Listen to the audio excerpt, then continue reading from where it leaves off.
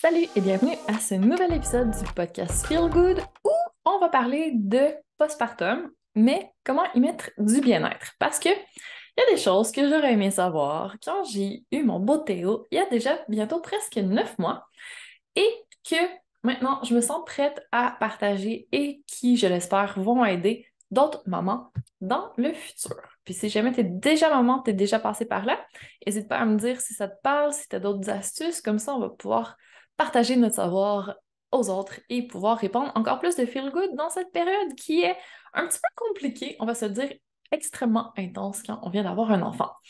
Et si jamais tu commences déjà à avoir des résistances pour te dire, mais c'est pas possible de prendre du temps pour moi et de focusser sur mon bien-être alors que je dois m'occuper d'un bébé naissant, eh bien, c'est pas égoïste de le faire, c'est vraiment optimal comme pour n'importe quoi par rapport à ton bien-être. Quand tu prends du temps pour toi, ça te permet de remplir ta coupe et ça te permet après de pouvoir redonner le meilleur. Donc, c'est jamais du temps perdu, c'est jamais une mauvaise chose, c'est loin d'être égoïste, c'est juste nécessaire.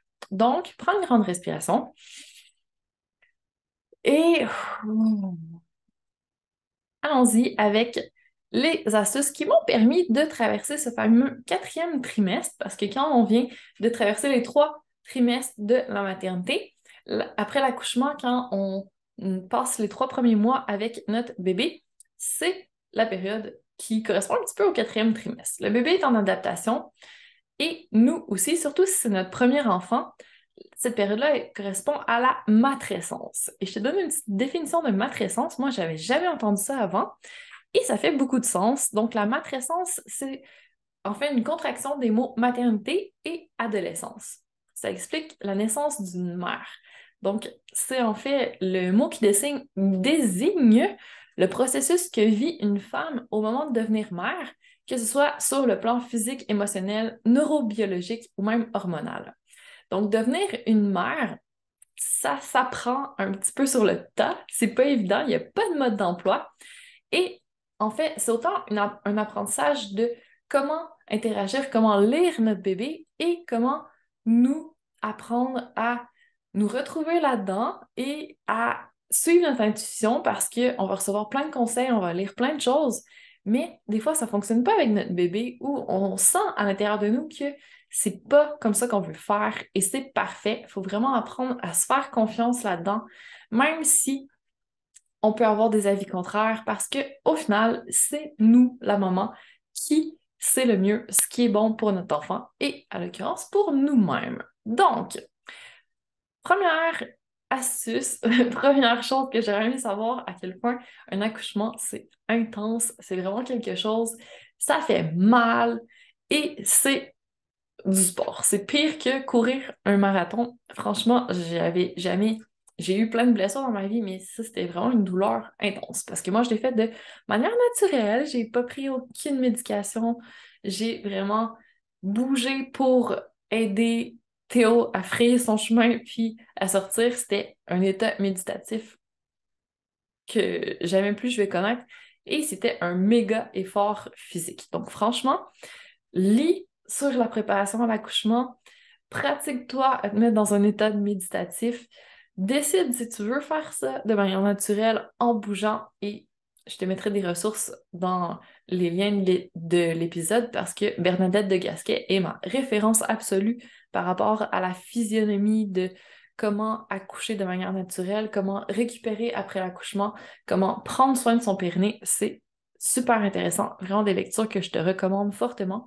Et si tu as déjà eu tes enfants, ça demeure quand même pertinent parce que c'est sûr que ça laisse des traces avoir un enfant. Donc, c'est toujours bon à savoir. Il n'est jamais trop tard, mais c'est sûr que si on le fait dès le départ, dès qu'on accouche, ça va être plus facile. Donc, une fois qu'on a passé au travers de cette épreuve physique, mentale, émotionnelle, etc., là, on arrive dans la période de récupération. Et oh là là, ça non plus, j'étais pas prête à avoir des pertes pendant des jours, à être brûlée, pas dormir après, ça aide pas. Donc, c'est vraiment difficile physiquement les premiers jours, les premières semaines après l'accouchement. Donc là, on se met en mode mission apprivoiser notre bébé et réapprivoiser notre corps qui est maintenant modifié moi, je me suis rendu compte à quel point je sentais plus mon périnée, je savais plus quand j'urinais ou pas. Ça m'a vraiment fait peur, mais en me reconnectant à mon corps, en allant retrouver ces petites sensations où on serre notre périnée, même si on a l'impression que ça fait rien, où on essaie de serrer nos abdos, même si on a l'impression que ça fait rien, tout ça revient quand même rapidement. Donc, ça vaut la peine de le faire, même si on a l'impression d'être complètement déconnecté de notre corps, de plus le reconnaître, de plus savoir s'il va revenir comme avant. Fais confiance, ça revient. C'est vraiment impressionnant la capacité que notre corps a à se régénérer après. Ça a l'air qu'il est fait pour ça. Donc, faut lui faire confiance. Faut juste lui donner beaucoup d'amour, beaucoup de repos, beaucoup d'eau, une bonne alimentation et avec nos saines habitudes de vie, ça va revenir. Faut pas stresser par rapport à ça. Un stress de moins, on respire. Et par rapport à l'alimentation, pour avoir une alimentation saine après avoir eu un enfant, on n'a pas beaucoup de temps pour cuisiner et on n'a pas envie non plus. Donc, c'est super important d'avoir des repas préparés déjà d'avance. Si tu peux avoir plusieurs semaines de repas, 5 qui sont congelés ou des gens qui t'aident dans ta famille et qui t'en apportent, ça va être un lifesaver vraiment super apprécié. Et nous, c'était une taxe de bienvenue. Donc, si les gens de notre famille voulaient venir voir Théo, il fallait qu'ils viennent soit nous faire notre dîner ou notre souper quand ils venaient voir le bébé. Comme ça, on l'appelait notre taxe de bienvenue. Et ça nous permettait de, quand ils étaient là, d'aller faire une petite sieste peut-être, de faire des tâches ménagères qu'on n'avait pas le temps de faire ou de prendre un repas sans être interrompu. C'était vraiment fabuleux. Donc, je vais en parler plus tard, mais allez, on peut y aller tout de suite en kayak. C'est vrai, le conseil d'avoir un réseau de sport, c'est super important parce que ça prend vraiment un village pour élever un enfant. Je sais pas si tu as déjà entendu cette expression, mais ça fait tout son sens. Quand tu es dépassé par les événements, vraiment d'avoir quelqu'un qui va venir parler avec toi, qui va venir prendre un petit peu le relais, ça aide. Puis de parler avec d'autres mamans aussi parce que quand on vit des choses, ben, elles l'ont probablement déjà vécu aussi, puis elles peuvent nous rassurer et ça n'a pas de prix. Donc, vraiment, n'hésite pas à aller chercher du support pour pouvoir passer au travers de tout ça. Et aussi de l'information. Donc, je vais te parler des livres qui m'ont aidé. Je l'ai déjà un petit peu mentionné, mais si on commence avec Bernadette de Gasquet, donc mon corps après bébé, tout se joue avant 6 semaines ou presque. J'ai plein de petits papiers, là, c'est vraiment ultra important à lire parce que ça nous parle que quand on vient d'accoucher, ben, tout est modifié à l'intérieur. On avait notre utérus qui prenait beaucoup de place, bébé qui comprimait tous les organes. Donc, il faut que ça reprenne sa place. Et ça va se faire dans les 6 premières semaines. Notre périnée va aussi commencer à refonctionner et nos abdos vont commencer à se ressouder, à retrouver leur longueur normale. Donc, c'est super important de commencer à les travailler, mais vraiment de façon progressive. Et il y a des manières de faire. Donc, elle explique tout très bien dans son livre, comment commencer notre rééducation rapidement, mais vraiment de façon adaptée, parce que si on essaie d'aller trop vite, si on va trop fort aussi, on peut augmenter notre diastase du grand droit, donc le muscle le plus superficiel de nos abdos. Lui se sépare quand on a le ventre qui gonfle, et après, les deux côtés de notre grand droit doivent se ressouder. Sinon, quand on touche au niveau du nombril, surtout, on sent un espace et ça, on fait, ben, c'est notre diastase. Donc, si on commence à faire plein de redressements assis, de flexion du tronc, on peut aggraver cette diastase et que ce soit beaucoup plus difficile à ramener par la suite. Donc, super, super important de faire des exercices qui vont permettre d'aller chercher les abdominaux profonds. Donc, on commence par notre périnée. Après ça, on va chercher le transverse, les obliques. Éventuellement, on va se diriger vers le grand droit, mais il y a vraiment des étapes à suivre et Bernadette l'explique super bien. Et aussi de rester beaucoup alité le plus possible les premières semaines parce que quand on est à l'horizontale, ça permet à nos organes de reprendre leur grosseur normale, de reprendre leur place dans notre abdomen. Alors que quand on est toujours debout, ben, tout est attiré par la gravité vers le bas. Ça appuie beaucoup sur notre périnée, donc c'est plus dur pour le plancher pelvien de se refaire de manière forte et solide, d'éviter les descentes d'organes Donc, quand on passe du temps à allaiter, on peut commencer à allaiter de façon à être couché. On peut se coucher quand on reçoit de la visite à la maison. Il y a plein d'opportunités qu'on peut prendre pour s'allonger et être plutôt à l'horizontale qu'à la verticale et permettre à notre corps de récupérer. Donc, je sais que c'est super difficile. J'ai eu extrêmement beaucoup de misère à le faire, mais quand je passais trop de temps debout, je le sentais tout de suite. J'avais l'impression d'avoir une lourdeur dans mon périnée que tout appuyait vers le bas et je savais que j'en faisais trop à ce moment-là, qu'il fallait vraiment que j'aille m'allonger. Donc, c'est d'être à l'écoute de son corps aussi, mais franchement, s'il y a un moment dans ta vie où tu peux te permettre d'être plutôt couché, c'est ce moment-là, offre-toi-le, permets-le, parce que ça va t'éviter beaucoup de problèmes par la suite qui vont prendre encore plus de temps, d'énergie et que ça va être plus compliqué. Donc, zéro optimal. Vive l'alimentation sans être toujours couché parce que là, on perd trop de muscles, mais justement, Bernadette donne des exercices qu'on peut faire couché dans notre lit. Donc, on peut joindre l'utile à l'agréable toujours. Et ensuite, si on veut en savoir un peu plus sur le périnée, deuxième livre de Bernadette de Gasquet, super intéressant. Périnée, arrêter le massacre. Donc, comment faire pour uriner et aller à la selle de manière physiologique sans appuyer sur notre périnée? Comment éduquer nos enfants? Comment nous faire en sorte de connecter avec notre périnée et d'en prendre soin?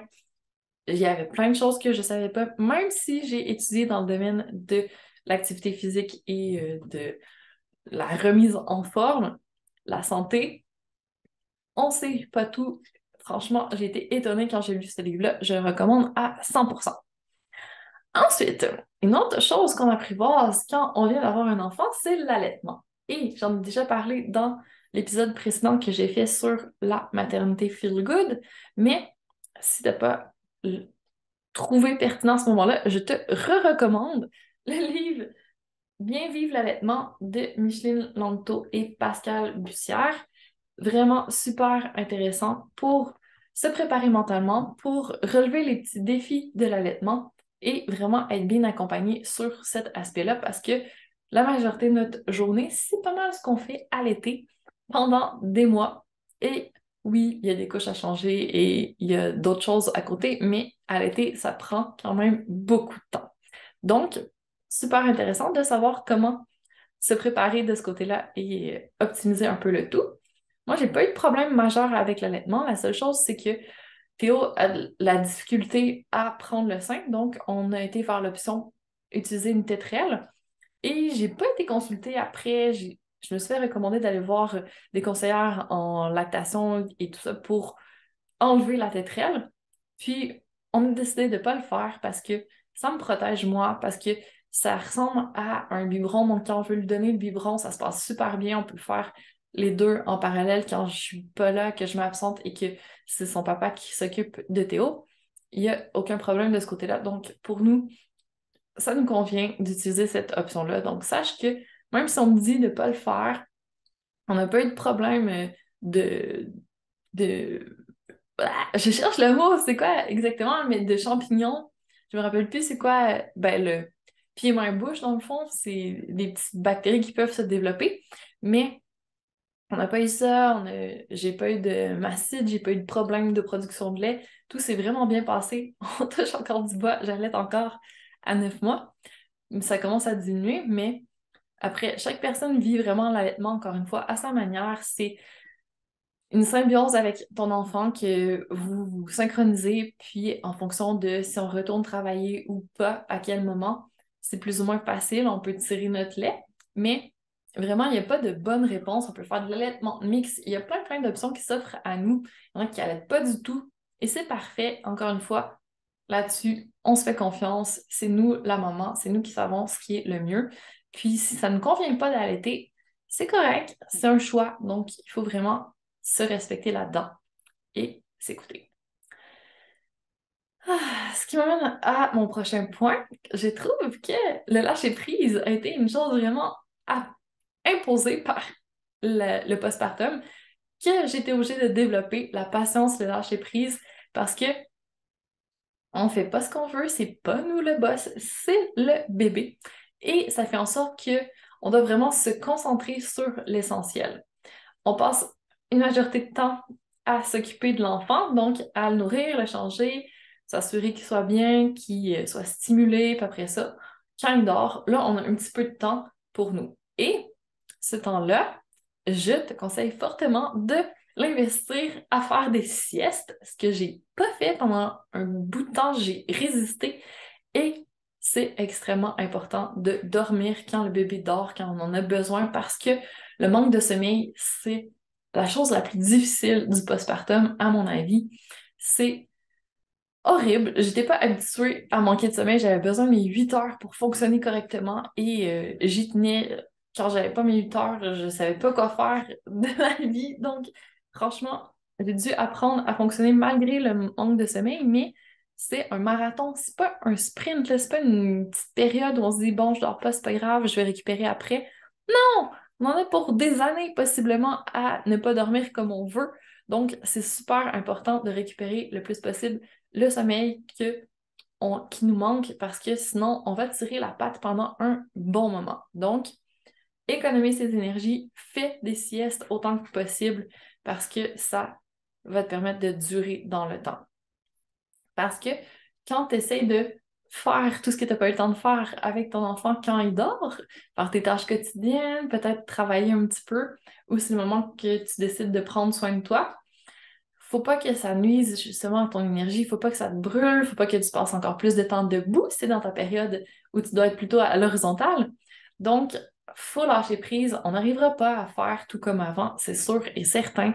Ça sert même à rien de l'essayer. Fais-le et tu vas voir. Donc, faut apprendre de nos erreurs et se donner un peu d'indulgence.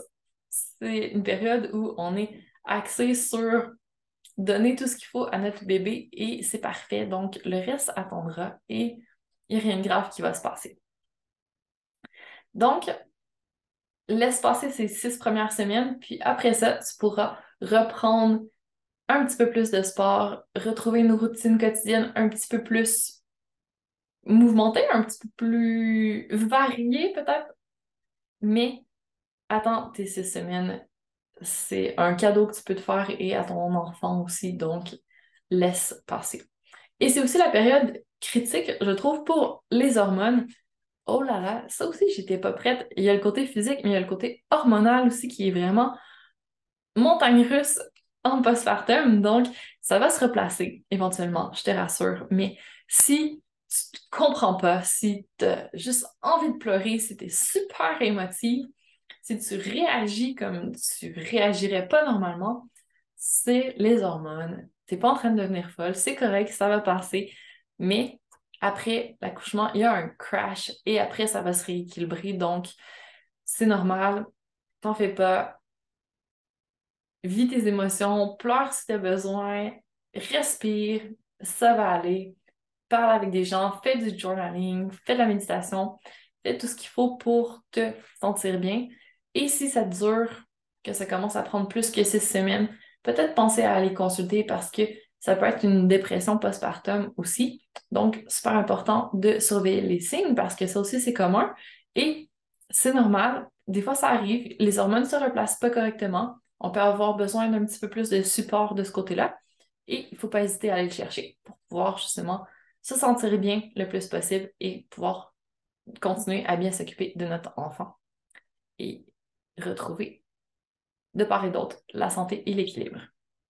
Donc, cela dit, autre chose que tu peux faire pour ton bien-être, un petit peu plus physique celui-là, c'est après tes 6 semaines, commencer ta rééducation périnéale. Super important. Moi, ce que j'ai fait, j'ai été d'abord en ostéo. Donc, j'ai été faire vérifier mon bassin, mon coccyx, que tout était en place, que à l'accouchement, il n'y avait rien qui avait été déplacé.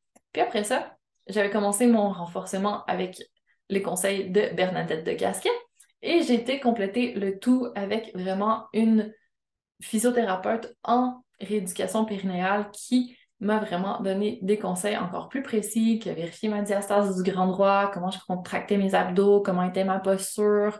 Super intéressant, vraiment. Et si même tu peux le faire avant d'accoucher, savoir comment est ton périnée avant qu'il y ait un enfant qui passe dedans, si tu accouches par voie naturelle. Donc, ça va être vraiment une bonne chose de savoir d'où tu pars avant de faire le check après l'accouchement. Mais si c'est pas le cas, c'est pas grave, c'est quand même super intéressant et vraiment éclairant pour la suite. Donc, n'hésite pas à aller consulter. Et comme on porte beaucoup notre enfant quand même au début, position d'allaitement, c'est un petit peu plus en arrondi vers l'avant, ça peut amener des tensions, ça peut être vraiment apprécié d'aller en massothérapie également pour compléter un petit peu le rééquilibrage de tes muscles et tout. Et peut-être aller chercher davantage d'étirements, donc attention à tes pectoraux, attention aussi à la coiffe des rotateurs qui peut être un petit peu plus atteinte étant donné la posture plus arrondie. Donc, aller chercher un peu de travail postural et d'étirement, avoir vraiment une bonne position d'allaitement, être soutenu le plus possible quand on tient notre enfant, avoir un coussin sous le bébé, utiliser un sac pour porter l'enfant plutôt que de l'avoir toujours dans nos bras, un sac de portage. Il y a plein de choses qui peuvent aider au niveau postural, au niveau physique. Donc, de ce côté-là, c'est une option intéressante aussi à explorer. Il y a plein de modèles différents. Donc, n'hésite pas à tester et à aller vers ce qui te convient le mieux. Donc, voilà pour mes petites astuces pour prendre soin de toi à ta manière. Donc, c'était plutôt global, mais si tu veux vraiment te faire une petite routine, te faire un rituel matinal avant de commencer ta journée, avant de te consacrer à ton enfant, si tu veux aller chercher des choses plus précises, c'est vraiment libre à toi. Tu testes et tu gardes ce qui te convient. Comme ça, ben, tu arrives à trouver la meilleure formule pour toi. Alors, c'est tout pour cet épisode. Je te souhaite une magnifique journée et je te dis à bientôt pour encore plus de Feel Good.